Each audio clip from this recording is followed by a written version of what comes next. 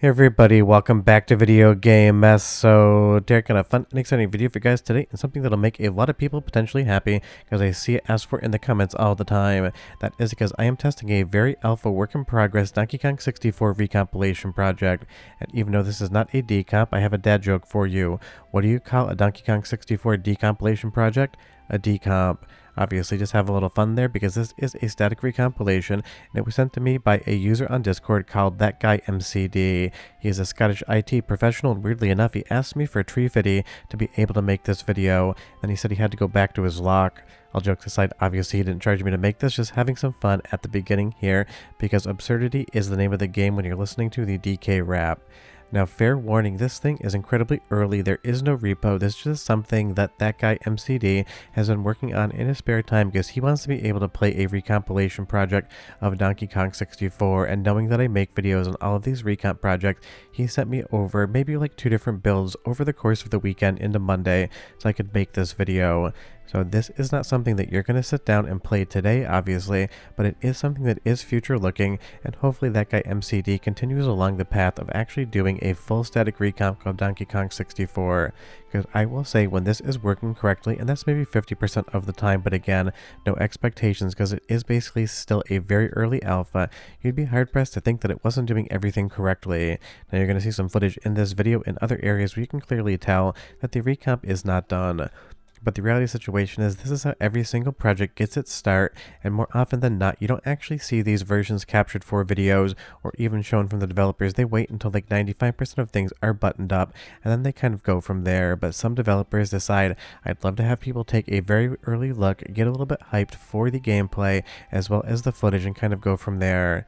Now you might notice the screen cadence changes here, and I'm going to go into the settings and play around with it because I am intermixing 2 different builds that were sent to me, and this one here, honestly, if you just go to the original frame rate, it has a smoother kind of cadence to it than if you actually try to increase the frame rate.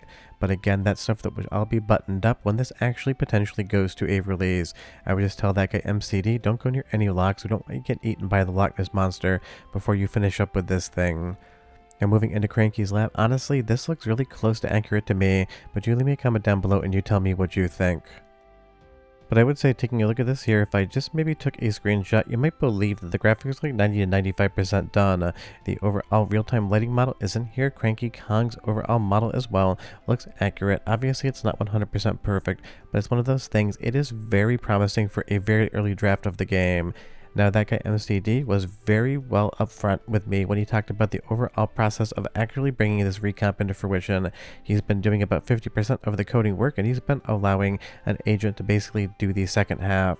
And you guys can totally decide how you feel about that, but I will say basically every single recomp you're playing right now has some sort of AI involved in it, even if it is just to check work. If you 100% hate that, that's totally cool with me. It's just one of those things I'm always going to tell you about the news on the channel and what is coming.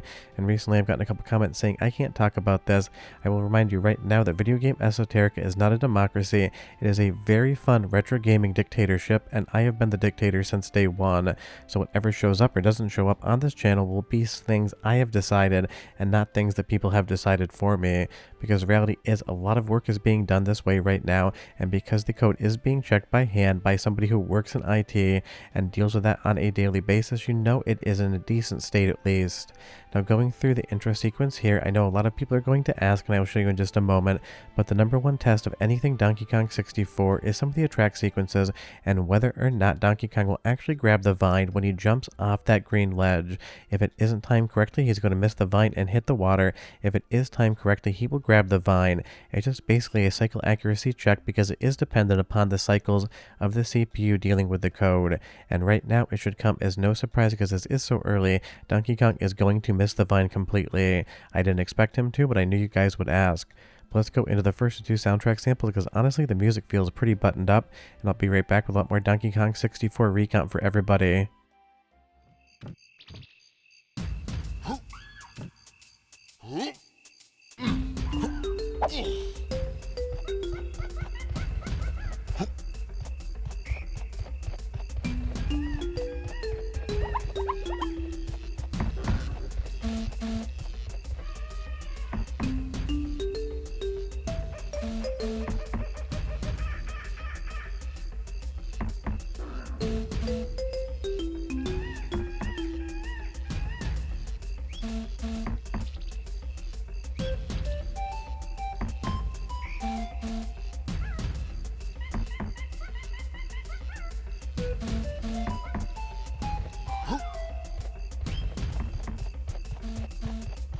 No, I would say the number one most impressive thing in this recomp, outside of the fact that it is running, you have control of Donkey Kong, and it feels smooth, is the fact that the audio almost seems 100% buttoned up.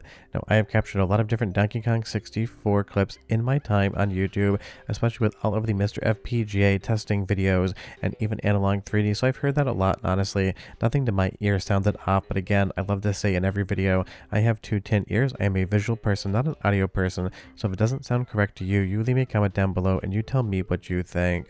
But again, this is impressive for being so early. It is running, it is working, and again, this is something that I feel like the developer is going to iterate on. And before you ask, this is just the base game. It is not the Tag Anywhere version. And honestly, the development sequence would be that you get the initial game working 100%, and then from there add in something like mods or ROM hacks.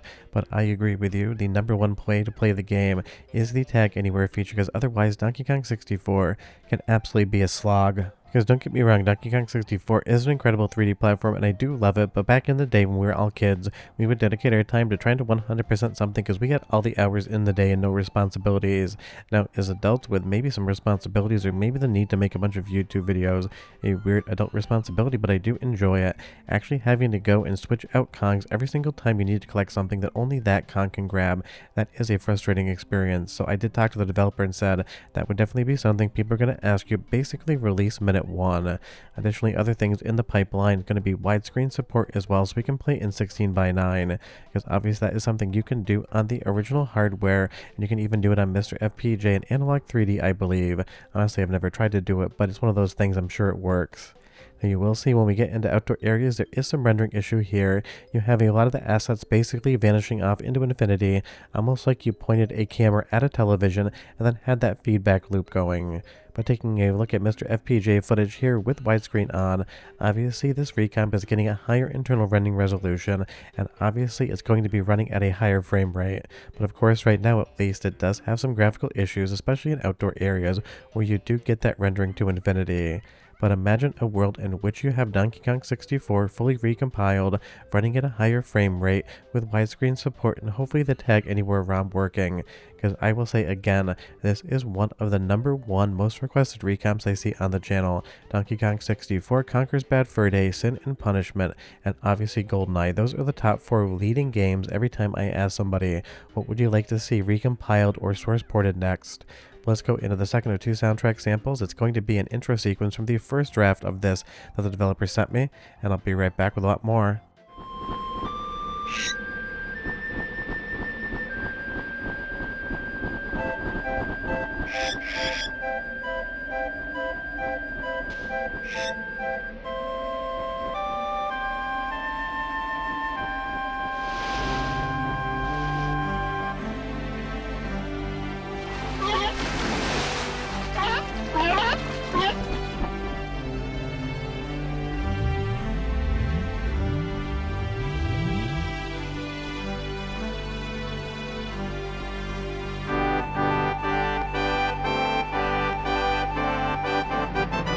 I mean, I don't think I need to tell anyone that that is not exactly rendering correctly, but it is absolutely a vibe, and it's one of those things.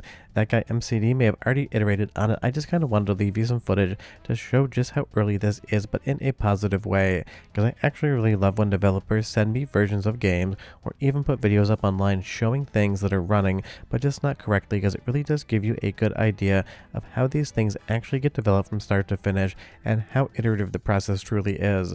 It's the same way that when I'm working on films for clients or for myself that aren't for YouTube, if I showed you the first draft, basically just that rough edit, it would absolutely just be something that you wouldn't want to watch, but you would be curious to see after you watch the finished version, just how the workflow goes and how that process actually functions.